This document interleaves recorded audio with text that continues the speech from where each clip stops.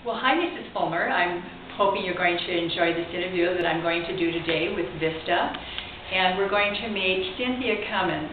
Cynthia, thank you again for allowing me to come and interview you today. I've really enjoyed having you come into my classroom for I think the last month and a half.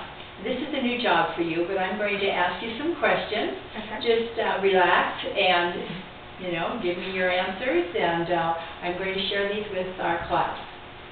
The first question I wanted to ask Cynthia is the name of your agency again and what services you provide. Okay, the name of my agency is Vista, and I'm in the Youth Transition and People First branch of Vista. Vista is a really large group. There's everything from people who go and do community gardens to people who help refugees, but mine is particularly for youth transition and helping with the People First. Okay. So how is your agency funded? Through federal government grants. And so you are on a grant now. So what is your fiscal year? From July 1st to June 30th. Okay. So what services does your agency provide? We help students fulfill their dreams and go from high school to college or work or whatever it is that they want to do by giving them the information and the steps necessary to get there. So are your services available only for students that are on IEPs or adults that were on IEPs? No. It's for anybody who has an intellectual or a developmental disability.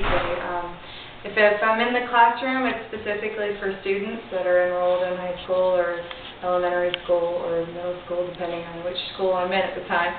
But once they get past that point, they can come to our People First meetings and learn about more advocacy issues or bills, and anybody's welcome to come. If they want to come and listen to our speakers or eat some free pizza, more than welcome. Okay, so in what rural areas are your services provided? In Elko and Winnemucca.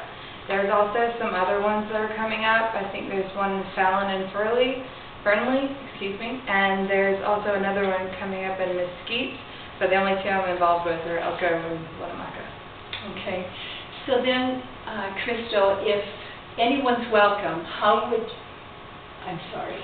Cynthia, if everyone's welcome to come here, how do you advertise for Vista? We pass out flyers. We're going to try to get a little more creative with it, but for right now we just pass out flyers. Okay, so how would one of my students contact your office? As soon as we get an office phone, they can contact my office phone, but for right now my cell phone or my email address is sufficient. So in the beginning, is there an interview with the student, or how do you go about getting to know the student and what their needs are? I just go in and I meet them, and then I, wrap my curriculum around what I think they're able to do. Okay. So Vista comes into my classroom at Elko High School, and I've noticed that you've taught them about self-determination, advocacy skills. Is there anything else that I may be missing? Because we've just begun this with you. What else does Vista provide? Drawing blank now. Right now, there are other places that I have to go, like customized employment. I have to teach them about that. I have to teach them about scholarships and the whole process of FAFSA and how to get to where they want to be. Like, one of your students wants to be a CNA, and she had no idea that it was only one course that she had to take. So eventually I'm going to come in, hopefully next year, and have more information on their specific goals and be able to help them work towards them. Okay, so that in itself is transition. And when we ask our students what their vision is, sometimes when they speak to an outsider, it's a little different than what it was when they wrote up their goals or their vision for us.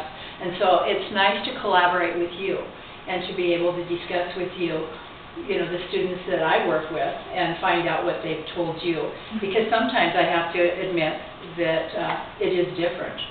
So Cynthia, I appreciate you allowing me to come to you today. I'm just checking over to see if I have one more question, and that is, how do FERPA laws apply to your agency?